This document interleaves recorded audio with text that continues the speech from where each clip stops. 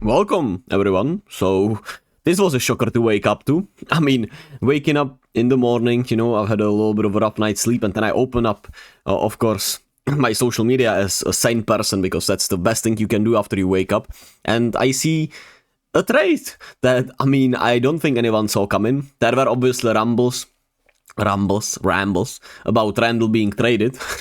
And Towns obviously was on a little bit of a thin ice. There was a speculation about Towns going to New York throughout the years, so I guess it just happened. And I don't think I've ever been more confused and shocked at a trade since I've been conscious of the NBA. I can't remember one. I'm trying to figure out which one it is. Paul George to the Clippers was quite shocking, but it felt like it had a clear winner, and now it still feels like it has a clear winner, right? While this trade just feels out of place, feels weird, feels random, but I like it in the sense that I think the Knicks really want to go for it, right? That's what they are hoping for, and I guess the Timberwolves just, yeah.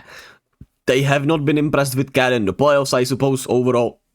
And I guess they've seen enough, and they wanted to move on. Of course, they didn't want to pay him his full contract, which was at about 4 years, $200 million.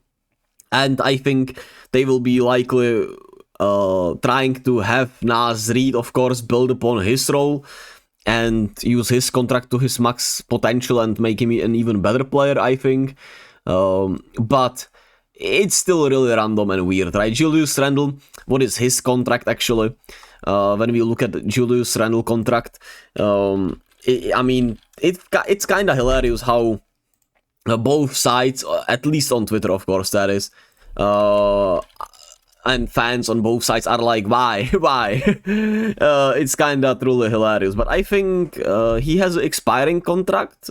He has a cap hit of about 29 million, and then he has a player option for next year, so the Timberwolves essentially will have to pay him for 2 years, while Towns, of course, would have to be paid for 4 years. So that makes sense in this sense, while, of course, it's still weird and it's kind of crazy because, Towns just feels right in Minnesota, and they embraced him. It felt like they finally had their moments.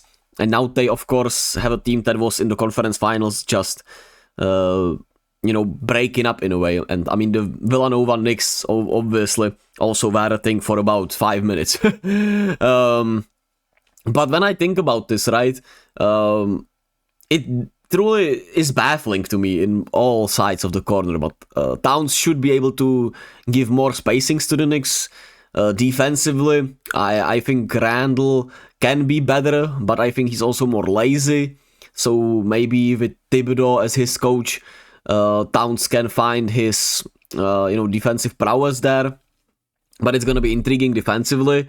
And for the Timberwolves, the spacing, right? Julius Randle and Rudy Gobert together will be crazy for the spacing, unless Julius Randle has a breakout here from the 3-point line. And maybe Naz Reid will start, actually. I don't know. I don't think it's probable, but maybe. I don't know shit.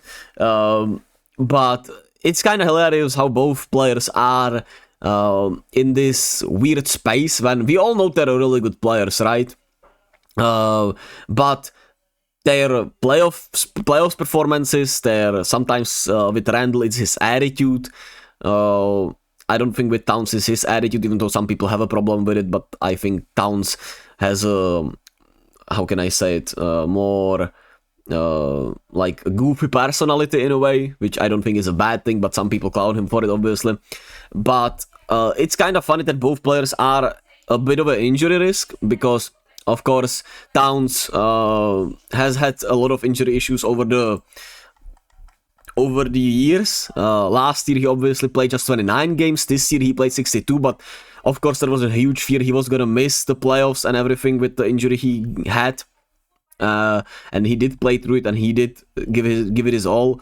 But of course his healthiest season since 2018-2019 was the 2021-2022 season, and In 2020, 2021, there were 50, I don't know how many games there were played, but he was pretty healthy too. But the last 2 years he has not been healthy, while Julius Randle has had those playoff issues where, I mean, he's essentially not been also fully healthy and ran out of gas.